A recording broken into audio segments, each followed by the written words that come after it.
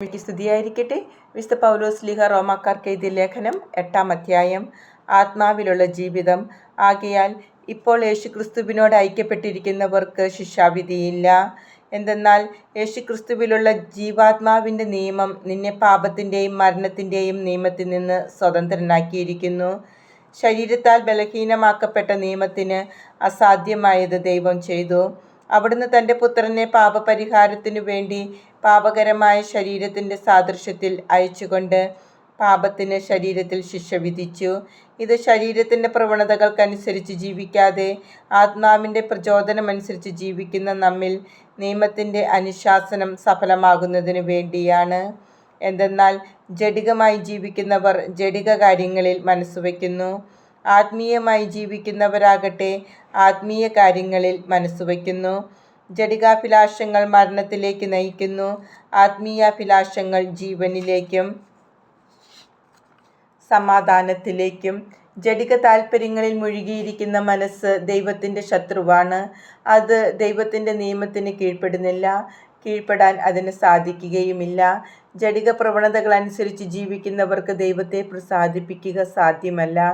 ദൈവത്തിൻ്റെ ആത്മാവ് യഥാർത്ഥമായി നിങ്ങളിൽ വസിക്കുന്നെങ്കിൽ നിങ്ങൾ ജഡികരല്ല, ആത്മീയരാണ്.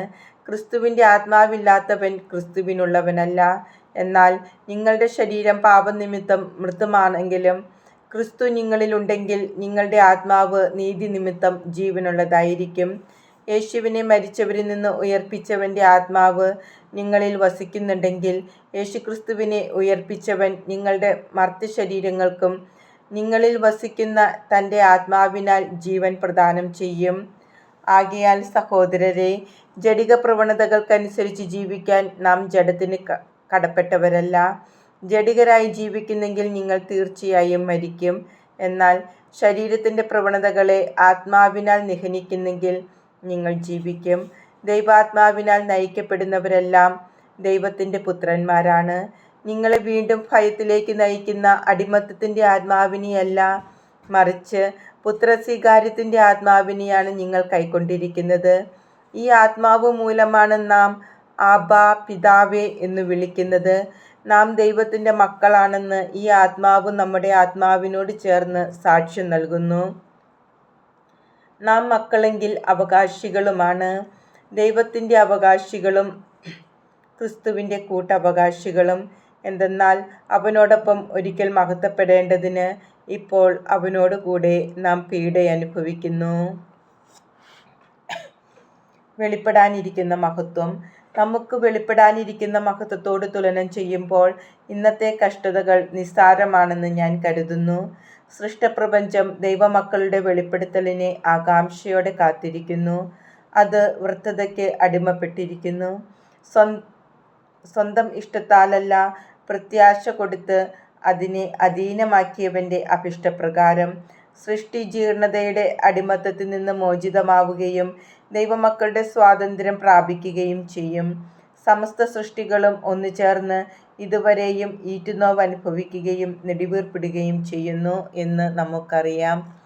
സൃഷ്ടി മാത്രമല്ല, ആത്മാവിൻ്റെ ആദ്യഫലം ലഭിച്ചിരിക്കുന്ന നാമും നമ്മുടെ ശരീരങ്ങളുടെ വീണ്ടെടുപ്പാകുന്ന പുത്രത്വലബ്ധി പ്രതീക്ഷിച്ചുകൊണ്ട് ആന്തരികമായി വിലപിക്കുന്നു. ഈ പ്രത്യാശയിലാണ് നാം രക്ഷ പ്രാപിക്കുന്നത്. കണ്ടു കഴിഞ്ഞാൽ പിന്നെ പ്രത്യാശയല്ല. താൻ കാണുന്നതിനെ ഒരുവൻ എന്തിന് പ്രത്യാശിക്കണം? എന്നാൽ കാണാത്തതിനെയാണ് നാം പ്രത്യാശിക്കുന്നതെങ്കിൽ അതിനുവേണ്ടി നാം സ്ഥിരതയോടെ കാത്തിരിക്കും. നമ്മുടെ ബലഹീനതയിൽ ആത്മാവ് നമ്മെ സഹായിക്കുന്നു. വേണ്ട വിധം പ്രാർത്ഥിക്കേണ്ടതെങ്ങനെയെന്ന് നമുക്കറിഞ്ഞുകൂടാ. എന്നാൽ അവാച്യമായ നെടുവീർപ്പുകളാൽ ആത്മാവ് തന്നെ നമുക്ക് വേണ്ടി മാധ്യസ്ഥം വഹിക്കുന്നു. ഹൃദയങ്ങൾ പരിശോധിക്കുന്നവൻ ആത്മാവിൻ്റെ ഇംഗിതം ഗ്രഹിക്കുന്നു. എന്തെന്നാൽ ആത്മാവ് ദൈവഹിതമനുസരിച്ചാണ് വിശുദ്ധർക്ക് വേണ്ടി മാധ്യസ്ഥം വഹിക്കുന്നത്. ദൈവത്തെ സ്നേഹിക്കുന്നവർക്ക്, അവിടുത്തെ പദ്ധതി അനുസരിച്ച് വിളിക്കപ്പെട്ടവർക്ക് അവിടുന്ന് സകലവും നന്മയ്ക്കായി പരിണമിപ്പിക്കുന്നുവെന്ന് നമുക്കറിയാമല്ലോ. അവിടുന്ന് മുൻകൂട്ടി അറിഞ്ഞവരെ തൻ്റെ പുത്രൻ്റെ സാദൃശ്യത്തോട് അനുരൂപരാക്കാൻ മുൻകൂട്ടി നിശ്ചയിക്കുകയും ചെയ്തു. ഇത് തൻ്റെ പുത്രൻ അനേകം സഹോദരരിൽ ആദിജാതനാകുന്നതിനു വേണ്ടിയാണ്. താൻ മുൻകൂട്ടി നിശ്ചയിച്ചവരെ അവിടുന്ന് വിളിച്ചു, വിളിച്ചവരെ നീതീകരിച്ചു, നീതീകരിച്ചവരെ മഹത്വപ്പെടുത്തി. ദൈവസ്നേഹ പാരമ്യം. ഇതിനെക്കുറിച്ച് നാം എന്താണ് പറയേണ്ടത്? ദൈവം നമ്മുടെ പക്ഷത്തെങ്കിൽ ആര് നമുക്കെതിരെ നിൽക്കും? സ്വപുത്രനെ പോലും ഒഴിവാക്കാതെ നമുക്കെല്ലാവർക്കും വേണ്ടി അവനെ ഏൽപ്പിച്ചു തന്നവൻ അവനോട് കൂടെ സമസ്തവും നമുക്ക് ദാനമായി നൽകാതിരിക്കുമോ?